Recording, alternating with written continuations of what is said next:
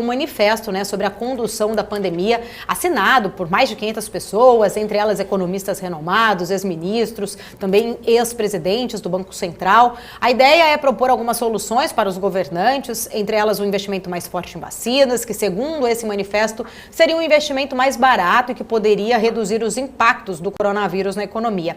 Eu queria que você falasse para a gente como que você avalia essa manifestação e já emendo com uma pergunta de um telespectador que falou o que adianta uma manifestação como essa. Eu respondo, o ouvinte foi o Carlos, que tem toda a razão, não adianta nada. Eu explico por quê. Eu assessoro um grupo de matemáticos e economistas chamado Os Gaussianos, que eles defendem, eu entendi com eles, a crueldade dos juros praticados no Brasil. Então, o Pedro Malan, o bilionário Arminio Fraga, se condoer de problemas sociais causados pela... Isso é uma piada de mau gosto, essa cultura da celebridade. O Pedro Malan falando de problema social é mais ou menos igual a Bruna Marquezine falando sobre lockdown. Quer dizer, vocês têm que fazer lockdown, mas eu vou para minha ilha, para o meu iate. Ou o Luciano Huck indo navegar no Caribe enquanto ele prega o lockdown aqui. Os bancos poderiam ser de uma ajuda espetacular, baixando, por exemplo, 5% dos juros anuais. Não é muito, não. É muito para nós. Para eles, não é nada. Os bancos no Brasil cobram as maiores taxas de juros do planeta. É um problema tão sério, desculpe adiantar, mas é que banqueiro fazendo média é demais, entendeu? A atriz da Globo a gente ainda perdoa pela juventude, pela inexperiência. Mas um cara igual o Pedro Malan, igual o Arminio Fraga, está jogando para a torcida. Os bancos cobram, em média, no cheque especial, 130% ao ano, em média, sendo que a taxa Selic não chega a 4%. Né? Então, esse spread, essa diferença é absolutamente inexplicável.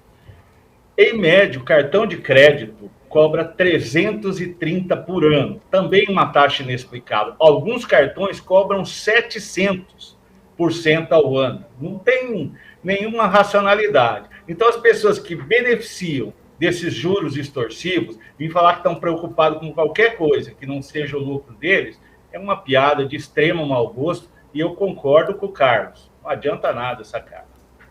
Isso não vai mudar? Você acha que não tem...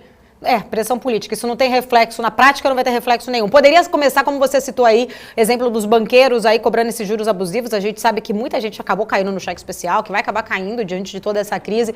O exemplo poderia ter começado por dentro ali, né, interno, no seu ponto de vista, seria isso. Paula, só para te dar um exemplo, isso antes da pandemia, agora deve ter piorado. 75% das falências e concordatas no Brasil não são por má gestão de produtos, empresas que não vendem bem ou que não entregam seus produtos e serviços. São por problemas financeiros, ou seja, financiamentos, empréstimos que se tornam impagáveis. E eles são feitos para serem impagáveis. O problema é tão sério, que eu citei o grupo dos gaussianos, que a matemática financeira no Brasil está sendo... lecionada de forma equivocada nas universidades de economia, administração e contabilidade em todo o país. Isso é um negócio complexo para um outro debate. Com relação às vacinas, houve um atraso, né? Mas o Brasil também não está nessa posição tão terrível assim, né? Em termos absolutos, o Brasil é o quinto, né, de número de vacinas, com 13 milhões de vacinados. Os Estados Unidos bem à frente, com 120, depois a China, depois a Índia. Todos esses países, à exceção dos Estados Unidos, são fabricantes de vacina, que estão à frente do Brasil.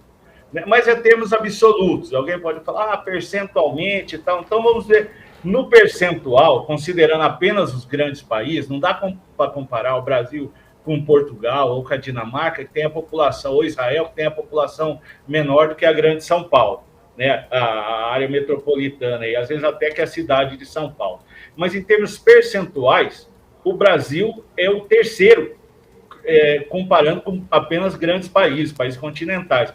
Os Estados Unidos, o primeiro, Canadá, o segundo, e olha que o Canadá tem uma população bem menor, Brasil, o terceiro, com 6%, desculpe, esqueci de dar a porcentagem. A China, quinto, com 4,5%.